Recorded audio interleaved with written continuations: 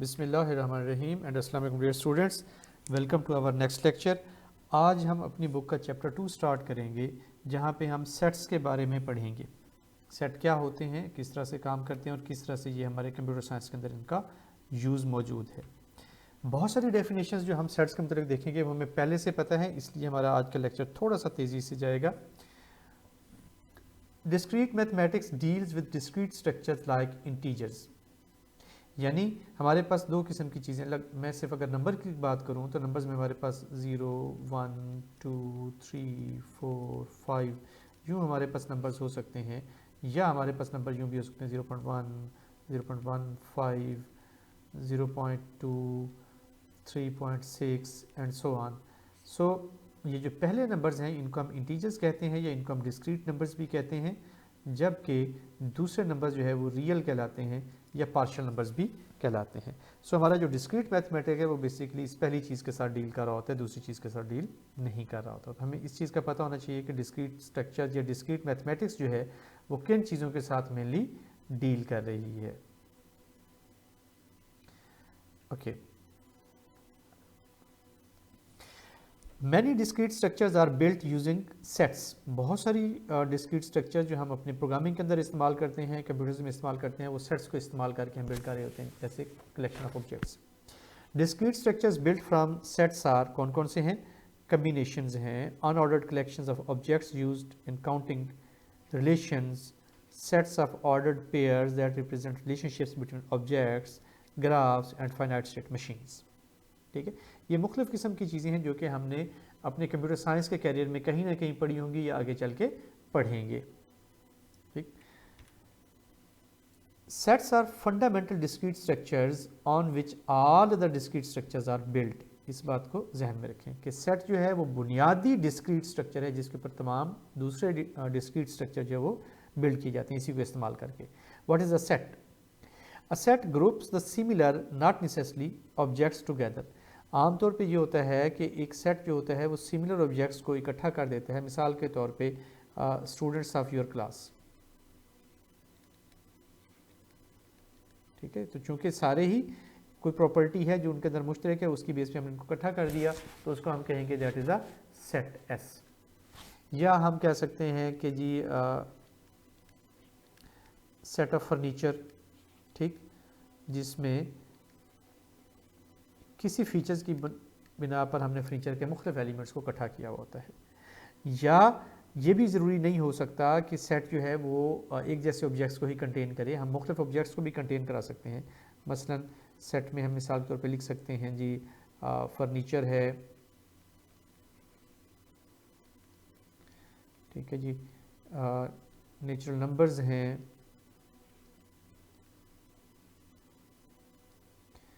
Food items हैं and so on. यानी set जो है वो सिमिलर ऑब्जेक्ट्स को भी कंटेन कर सकता है और सेट जो है वो नॉन सिमिलर ऑब्जेक्ट्स को भी कंटेन कर सकता है। तो सेट किसी भी चीज़ के ऊपर डिफाइन हो सकता है। सेट ऑफ स्टूडेंट्स, ये हमने एक एग्जांपल ले ली। The language of sets is a means to study such collection of objects. हम सेट्स के ऊपर एक पर्टिकुलर लैंग्वेज डिफाइन करते हैं, particular operators and operations define करेंगे, जिससे हमें पता चलेगा कि ये सेट किस तरह से जो है इसको हम स्टडी करेंगे। अपनी स्टडी को आसान बनाने के लिए हम मुख्तलिफ किस्म के ऑपरेटर्स और ऑपरेंड्स डिफाइन करते हैं सेट्स के मुताबिक। Now we look at the definition of a set. A set is an unordered collection of objects called elements or members. ठीक है, मिसाल के तौर पे अगर हमारे पास एक सेट ए है जिसमें ये एलिमेंट्स हैं हमारे पास, ठीक, so A is a set which is usually written as bold face letter cap, और ये जो हैं ये सारे क्या कहलाएंगे? Elements of the set A. अगर मैं ये कहूँ कि x belongs to set A, तो x का मतलब होगा x कोई एक एलिमेंट है यहाँ से, इस सेट में से, a में से। वो 1 भी हो सकता है, वो 2 भी हो सकता है, वो 3 भी, वो 4 भी, वो कुछ भी। A set is an unordered collection of objects, ये हो गया। A set is said to contain its element. ठीक, तो हम ये कहते हैं कि अ सेट जो है वो अपने एलिमेंट्स को कंटेन करता है, अपने अंदर रखता है। A belongs to element A, small a belongs to A, ये नोटेशन हम यूज़ करते हैं ये बताने के लिए कि this is the element which is contained in set A। ठीक, तो तो स्मॉल लेटर्स हम यूज़ करेंगे एलिमेंट्स को डिनोट करने के लिए और कैपिटल लेटर हम यूज़ करेंगे सेट को डिनोट करने के लिए। And A does not belong to A mean A is not member of A. Representing the set. There are multiple ways to represent a set. Usually an uppercase letter is used to represent a set and lowercase letter to represent its element. ये वही बात जो हमने पिछली slide पे कही थी। हमने मुख्तलिफ किस्म के मेथड्स देख रखे हैं सेट को रिप्रेजेंट करने के लिए, जिसमें दो बड़े इंपॉर्टेंट मेथड्स हैं। First one is called the roster method. It is the listing of all elements of the sets enclosed in a braces. जैसे कि ये हमने एक वावल हरूफ का सेट मेंशन किया हुआ है, so this is a roster method. जबकि दूसरा जो मेथड है हम ये भी पहले पढ़ चुके हैं अपनी प्रीवियस क्लासेस के अंदर, set builder method. It is written by characterising all those elements in the set by stating the property or properties they must have to be members. यानी तमाम एलिमेंट जिनको मेंबर्स बनने के लिए कुछ ना कुछ प्रॉपर्टीज़ को अपने अंदर रखना ज़रूरी है, उनको इस्तेमाल करते हुए हम सेट को डिस्क्राइब करते हैं. For example, set O of all odd and positive integers less than 10, इसको हम इस तरह से लिख सकते हैं, O is equal to x such that x is an odd positive integer less than 10. ठीक है, या इसको हम थोड़ा और हम मैथमेटिकल फॉर्म में कन्वर्ट करें तो इस तरह भी लिख सकते हैं, O equal to x that belongs to z plus mean positive integers such that x is odd and x less than 10. ठीक है, use this type of notation to describe sets when it is impossible to list all the elements of the set. तो normally हम इस किस्म की set notation इस्तेमाल उस वक्त करते हैं जब हमारे पास सेट में नंबर ऑफ एलिमेंट बहुत ज़्यादा हो या हम उनको उस तरह से लिख के डिस्क्राइब ना कर सकें. The set Q plus, right, of all positive rational numbers can also be written like this. ठीक, Q plus यानी positive rational numbers, Q is the set of rational numbers and plus mean positive rational numbers. That is equal to x belongs to R such that x could be written in the form of p by q for some positive integers p and q. ठीक, तो यहाँ इस slide के ऊपर हमने set की दो notations को बेसिकली रिव्यू किया. हम ऑलरेडी उनको पढ़ चुके हुए हैं, roster method and set builder method. यहाँ पे कुछ सेट मेंशन किए हुए हैं जो कि हम अगेन प्रीवियस क्लासेस के अंदर पढ़ चुके हैं, जिनमें set of natural numbers, set of integers, set of positive integers, Q set of rational numbers, R set of real numbers, R plus set of positive real numbers and C set of complex numbers. ठीक है, complex numbers जो कि A plus iota B इस form में आमतौर पे लिखे जाते हैं. Intervals of real numbers. हम आमतौर पे जब रियल नंबर्स को डिस्क्राइब कर रहे होते हैं तो हम इधर उनको क्लोज इंटरवल की फॉर्म में लिखते हैं या उनको ओपन इंटरवल की फॉर्म में लिखते हैं. मिसाल के तौर पे यहाँ देखें, ये जो पहली स्टेटमेंट है a व b is equal to x such that a less than equal to x and x less than equal to b, यानी a और b स्टार्टिंग पॉइंट और एंडिंग पॉइंट दोनों इंक्लूडेड हैं, इसको हम कहते हैं क्लोज्ड इंटरवल. यहाँ पे देखें a less than equal to x और x लेस देन b, तो A तो इंक्लूडेड है हमारे इंटरवल में लेकिन B नहीं है, यानी हमारे नंबर्स जो हैं वो B से छोटे रहेंगे. तो एक साइड से ये ओपन क्लोज इंटरवल है और दूसरी साइड से ये ओपन इंटरवल है. इसी तरह इसको देखें तो यहाँ पे ये पहली साइड पे ओपन है और दूसरी साइड पे क्लोज है और ये वाला इंटरवल दोनों साइड के ऊपर ओपन है. A set can contain other sets as members. ठीक है, एक सेट में दूसरे सेट भी हो सकते हैं.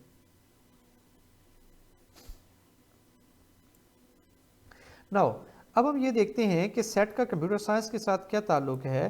दिस इज़ वेरी इंटरेस्टिंग कि जब हम डेटा टाइप पढ़ते हैं कंप्यूटर साइंस के अंदर, so data type is basically a set. The concept of a data type or type in computer science is built upon the concept of set. A data type or type is the name of a set together with a set of operations that can be performed on objects from that set. मिसाल के तौर पे हमारे पास C language के अंदर एक set है जिसको हम कहते हैं सेट ऑफ इंटीजर्स. ठीक, जिसको हम एक ख़ास नाम से नोट करते हैं, इंट. मैथमेटिक्स में मिसाल के तौर पे हम इसको Z से नोट कर सकते हैं, यहाँ पे हम इसको इंट से नोट करते हैं. और हम मिसाल के तौर पे अगर ये कहें कि इंट A, तो ये वही बात है जो हम मैथमेटिक्स में कह सकते हैं कि A बिलोंग्स टू int या a belongs to for example z।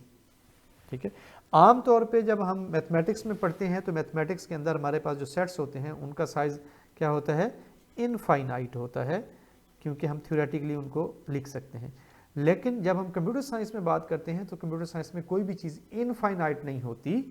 ठीक, उस केस में हमें इसको प्रॉपर फाइनाइट डेफिनेशन देनी होती है। तो फिर हम क्या करते हैं, इंट राइट और a, तो हम कहते हैं कि ये एक सेट है, इंट स्टैंड्स फॉर सेट या डेटा टाइप, ठीक, विच इज़ बेसिकली -32 7 68 से लेकर +32 7 67 ओल्ड कंपाइलर में, जहाँ पे 2 बिट का इंटीजर 2 बाइट का इंटीजर होता है, और अगर 4 बाइट का हो तो साइज इससे बढ़ जाएगा। इसी तरह से अगर हम ये करें कि हम एक डेटा टाइप बनाएं बाइट और a, तो बाइट वो डेटा टाइप होगी जो 8 बिट पे होती है, जो -1 to 8 से लेकर +1 to 7 तक जाती है।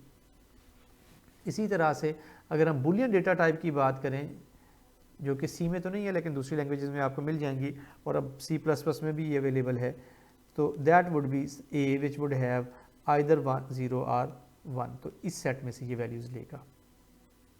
तो इस स्लाइड पे जो डिस्कशन हमने की है उसके मुताबिक हमें ये समझ आ जाना चाहिए कि सेट्स का और डेटा टाइप्स का आपस में क्या रिलेशनशिप है। ठीक, बिल्कुल उसी तरह जिस तरह मैथमेटिक्स में सेट डिफाइन करते हैं और उनके ऊपर ऑपरेशंस डिफाइन करते हैं, तो कंप्यूटर साइंस में भी सेट्स हैं और उनके ऊपर ऑपरेशन डिफाइन हुए हुए होते हैं, तो हम उसको क्या कहते हैं, डेटा टाइप। ठीक, data type is basically set of values plus operations defined upon them। तो इन दो चीज़ों के सेट को जो है हम क्या कहते हैं, that is a data type. अब हम कुछ डेफिनेशंस देखते हैं। एम्प्टी सेट, एम्प्टी सेट ऐसा सेट जिसमें कोई एलिमेंट ना हो, और उसको हम इस तरह से नोट करते हैं या इस तरह से नोट करते हैं। सिंगलटन सेट, ऐसा एलिमेंट जिसमें एक ही एलिमेंट हो, चाहे वो खाली सेट ही क्यों ना हो, तो ये सिंगलटन सेट होगा। ये भी सिंगलटन सेट है, ठीक, ये भी सिंगलटन सेट है, and so on. Then we have equal sets. Two sets are equal if and only if they have same elements. If a and b are sets, then a and b are equal if and only if, इस notation को देखें, for all x belongs to a, there is x belongs to b and vice versa। ठीक है, double implication basically. तो अगर आप x पहले b में से लें तो वो x आपको a में भी मिलेगा, और अगर आप x a में लें तो वो आपको b में भी मिलेगा। a equal to b if a and b are equal sets। ठीक, let's say that a is this, b is this and c is this, they are equal, because set के अंदर हम आम तौर पे डिस्टिंक्ट ऑब्जेक्ट्स प्लेस करते हैं। ठीक, इस सेट में 3 जो है वो 3 दफ़ा लिखा हुआ है और 5 जो है वो 4 दफ़ा लिखा हुआ है, तो इससे हमें फ़र्क नहीं पड़ता।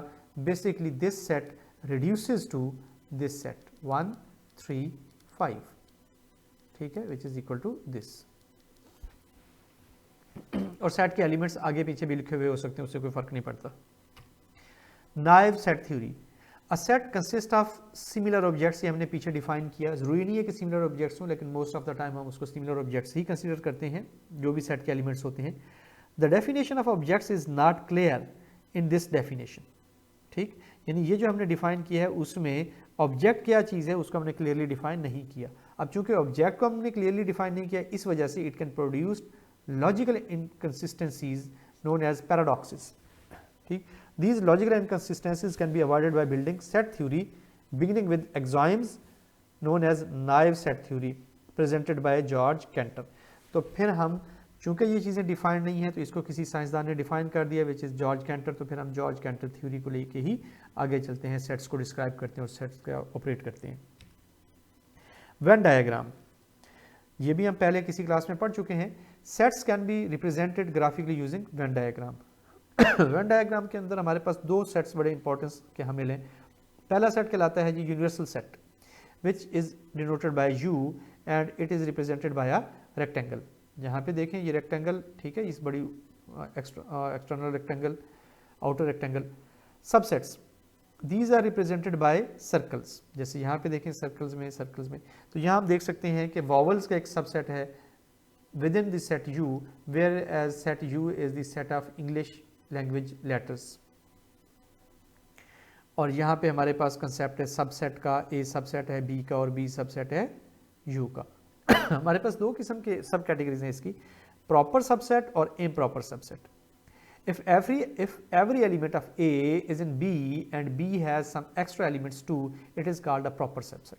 मिसाल के तौर पे A में हमारे पास है 1 2 और B में हमारे पास है जी 1 2 3। सो B में वो तमाम एलिमेंट्स मौजूद हैं जो A में हैं, लेकिन B में कुछ एक्स्ट्रा भी है। सो हम कह सकते हैं कि A is proper subset of B। ठीक, और अगर तमाम एलिमेंट्स जो A के हैं वो B में हो और B में कोई एक्स्ट्रा एलिमेंट ना हो तो फिर हम इसको इम्प्रॉपर सबसेट भी कहते हैं। ठीक है, now you look at the definition of the proper subset for all x, if x belongs to A then x belongs to B and there exists x belongs to B and x belongs to A। तो B में भी ऐसे exist करते हैं elements कि अगर हम B का कोई एलिमेंट लेंगे तो वो उसमें भी होगा। ठीक है, तो देयर एग्जिस्ट का मतलब है कि कुछ ऐसे एलिमेंट भी हो सकते हैं बी के अंदर जो कि ए में ना हो। So that would make A a bigger set and B a smaller set within that. Some other definitions, size of a set, let S be a set if there are exactly n distinct elements in the set where n is a non-negative integer, तो हम कह सकते हैं कि S is a finite set that and that n is the cardinality of S। ठीक है, number of elements, number of distinct element in a set is called the cardinality and it is denoted by this symbol। Infinite set, a set to be infinite if it is not finite। ठीक है, अगर उसके elements जो है उसके elements की तादाद clear ना हो, उस एलिमेंट्स की तादाद एग्जैक्ट ना हो तो हम उसको कहते हैं इनफाइनाइट सेट। उसके बाद हमारे पास कंसेप्ट है पावर सेट का। A power set given a set S, the power set of S is the set of all subset of the set S। अगर आपने कोई सेट दिया हुआ हो S तो उसके जितने भी सबसेट्स हैं उन तमाम सबसेट्स को इकट्ठा करके हम एक बड़ा सेट बनाएंगे तो that is called the power set. The power set is denoted by P of S। What is the power set of S? S हमारे पास क्या है 0 1 2 3, तो इसका पावर सेट देखिए ये होगा। खाली सेट, सिंगलटन सिंगलटन सिंगलटन, फिर 2 एलिमेंट सेट 2 एलिमेंट सेट, ठीक, एंड सो ऑन। नॉर्मली अगर हमारे पास n एलिमेंट्स हों तो हम 2 रेज़ पावर n जो है उसके सबसेट्स बनते हैं। पावर सेट में इतने सबसेट्स होंगे। इस केस में हमारे पास चूँकि 3 एलिमेंट्स थे तो 2 रेज़ पावर 3 मीन 8 एलिमेंट्स आपके पास 8 सबसेट बन गए, 1 2 3 4 5 6 7 and 8। Sets are unordered, often we need ordered objects. ठीक है, सेट जितने भी हमने अभी तक पढ़ा है, सेट के अंदर डिस्कस किया है, तो उसमें मौजूद जो एलिमेंट्स होते हैं वो अनऑर्डर्ड होते हैं। तो समटाइम हमें ऑर्डर्ड ऑब्जेक्ट्स भी चाहिए होते हैं, तो उनको हम कहते हैं ऑर्डर्ड टप्पल। ठीक, मिसाल के तौर पे यहाँ पे हम एक छोटा सा ये लिखते हैं A which is 1 and 2 and B which is A and B। तो हम इनके जो है ऑर्डर टपल बनाएंगे। ऑर्डर टपल क्या होगा? क्रॉस प्रोडक्ट लेके, that would B 1A 1B 2A 2B, this would be. ठीक है, तो अब इसमें ऑर्डर इंपॉर्टेंट है। 1 को हमेशा पहले ही आना चाहिए क्योंकि पहला सेट A है, और A को बाद में आना चाहिए क्योंकि A दूसरे सेट से बिलोंग करता है जो कि B है। तो इनकी पोजीशंस को हम चेंज नहीं कर सकते। That's why we call them as ordered pair. Ordered pair 2 elements पे भी, 2 सेट्स पे भी हो सकता है, 3 पे भी हो सकता है और 3 से ज़्यादा पे भी हो सकता है। Cartesian product, let A and B are 2 sets, Cartesian product is denoted as A cross B is the set of all ordered pairs A B where A belong to A and B belong to B। और यही बात हमने पिछली slide के ऊपर देखी। उसको mathematically यूँ लिस्ट कर सकते हैं, A क्रॉस B, A पहले लिखा होगा, B बाद में लिखा होगा। A would belong to set A and B would belong to set B। ठीक, Cartesian product of A बराबर है 1 2, let we have A this and B this, so इनकी कार्टेशियन प्रोडक्ट जो है वो हमारे पास ये आएगी।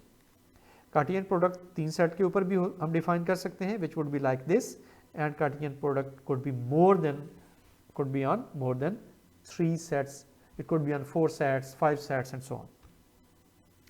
Set notation with quantifiers.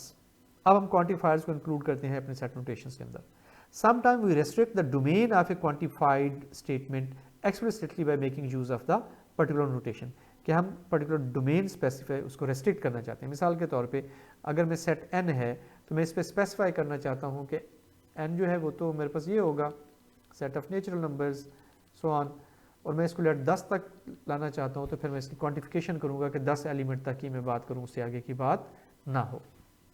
Let me look at this statement for all x belongs to S P of x denote the universal quantification of P of x over all elements in the set S. यानी ये statement ये कह रही है कि एक set है हमारे पास S, उसमें से हर एलिमेंट लें और हर एलिमेंट के ऊपर कोई प्रेडिकेट आप अप्लाई कर दें, कोई प्रेडिकेट फंक्शन अप्लाई कर दें, कुछ प्रोसेस अप्लाई कर दें. ठीक. For all x that belongs to S P of x, it is a short hand for this. क्या? For all x belong to S implies हर एस एक्स के ऊपर जो है सेपरेट प्रेडिकेट हमने अप्लाई किया हुआ है. इसी तरह से हमारे पास ये दूसरा है, there exist x belongs to S P of x denote the existential quantification of P of x over all elements in S. ठीक. तो बिल्कुल सिमिलर, डिफरेंस ये है कि वहाँ पे हमारे पास फॉर ऑल क्वांटिफायर था और यहाँ पे देयर एग्जिस्ट क्वांटिफायर है. व्हाट डू द स्टेटमेंट, इस स्टेटमेंट का क्या मतलब है? ठीक है, यहाँ पे it's not x square basically. तो यहाँ पे देखिए कि what do the statement this for all x whereas x belongs to set R, mean it is a real numbers, x is some real number taken from set R, x square greater than equal to 0. कि अगर हम कोई भी number उठाएं set R में से जो x हो और उसका हम स्क्वायर लें तो वो 0 से बड़ा या उसके बराबर होगा. एंड देयर एग्जिस्ट x, कोई ऐसा x होगा z में से कि उसका हम स्क्वायर लें तो वो 1 के बराबर होगा. इसका क्या मतलब है? तो हम इसको डिस्क्राइब करते हैं दोबारा से. For all x belongs to R, x square greater than equal to 0 states that for every real number, देखें ना, for every real number क्यों होगा? क्योंकि x belongs to R.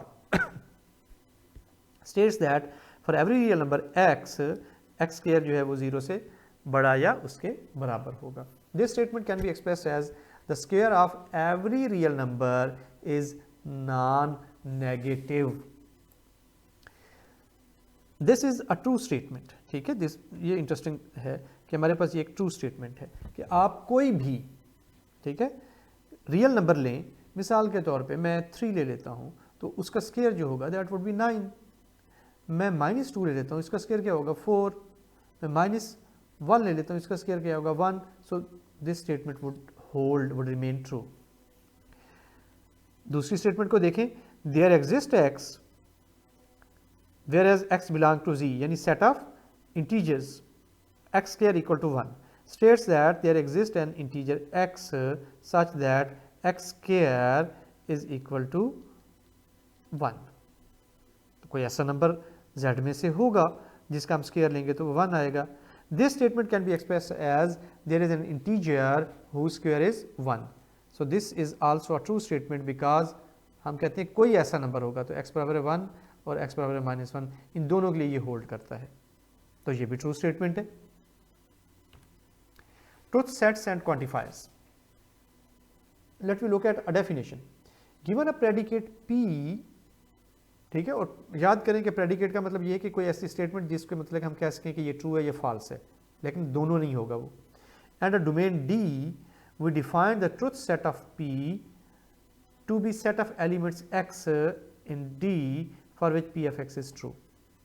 मसलन अगर मेरे पास जो है लेट्स से दैट सेट है एक A, राइट, जिसमें मैं डिफाइन करता हूँ 1 2 3, ठीक, और मैं कहता हूँ कि जी जो मेरा p है प्रेडिकेट है वो बेसिकली x का स्क्वायर होगा, that would be less than equal to 10 for A. तो अब A में मैं अगर स्क्वायर्स ले लूँ, ठीक है, तो इसके स्क्वायर्स क्या होंगे? 1 4 9 एंड 9. तो मेरी स्टेटमेंट तो ट्रू हो गई ना, क्योंकि मैंने उसको क्वांटिफाइड भी कर दिया, लिमिट भी कर दिया और उसके ऊपर प्रेडिकेट भी लगा दिया।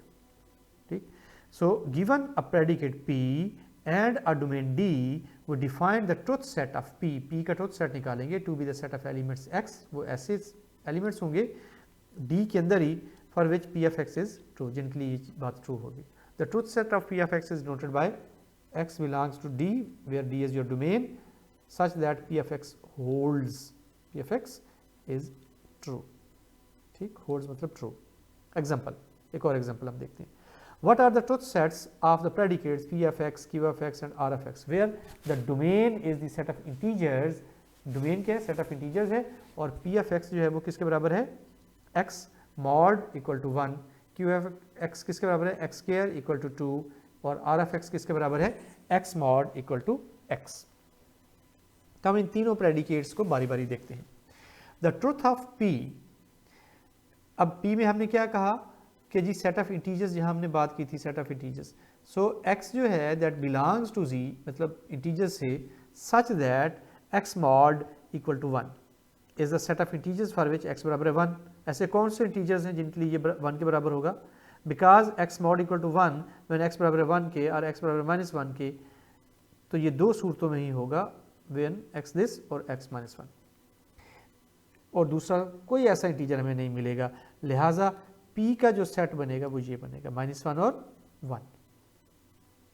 इसी तरह से the truth set of Q, ठीक है, X बिलोंग्स टू Z, क्योंकि हमने कहा set of integers X square equal to T, तो हम Z में से कोई ऐसा नंबर उठाएं कि जिसका स्क्वायर लें तो वो 2 हो जाए। अब Z जो है, Z में कौन कौन से नंबर्स हैं, 0, 1, 2, 3 and so on, -1, -2, -3 and so on.